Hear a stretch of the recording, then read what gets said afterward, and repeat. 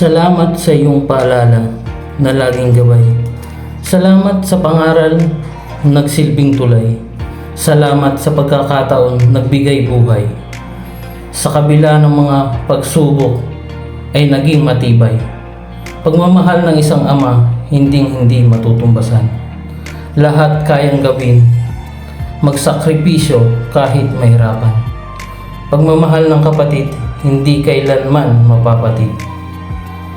Pinagsamahan mula pa pagkabata ang nais ipabatid. Tutulungan kita sa abot ng makakaya.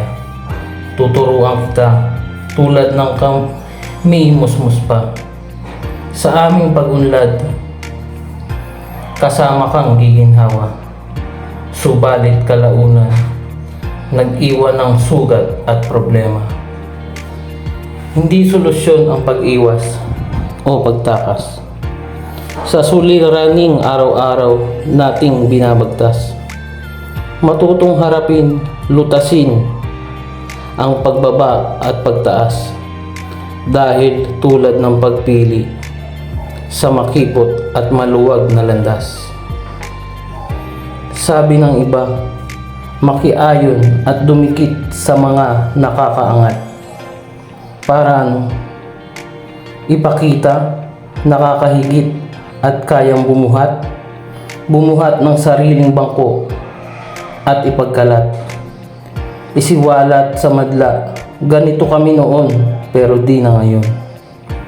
Noong mga panahong araw-araw, iniisip saan hahagilapin. Saan kaya kukunin ang panggastos at pagkain? Nung mga sandaling nag-aaral ka pa sa eskwelahan, yung pagiging mapagmataas siguro, nakaligtaan ituro. Ang manghamak ng kapwa, sinong guro nito? Wala akong matandaan na subject para dito.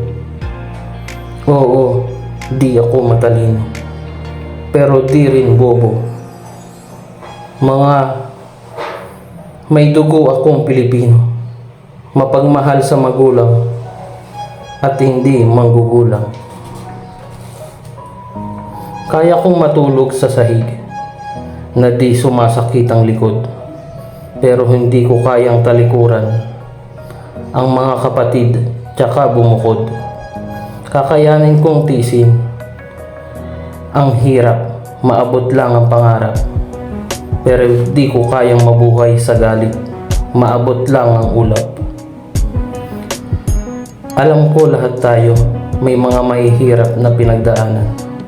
Maraming bagay ang sinakripisyo at kinalimutan.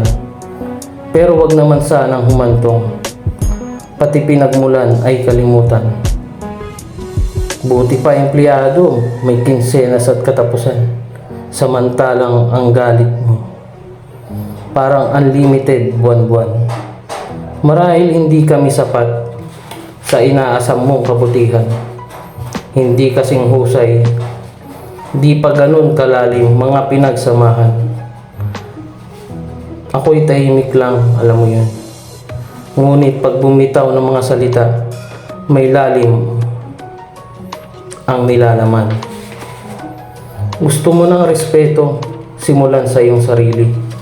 Huwag isumbat mga naitulong sa iba. Dahil hindi ka sigurado kung siya ay mananatili.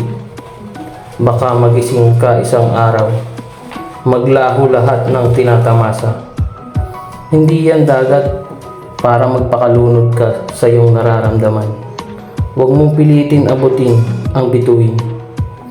Kung ang bumbilya nga, gumagamit ka pa ng hagdan. Hindi ka robot, may sarili kang isip at damdamin.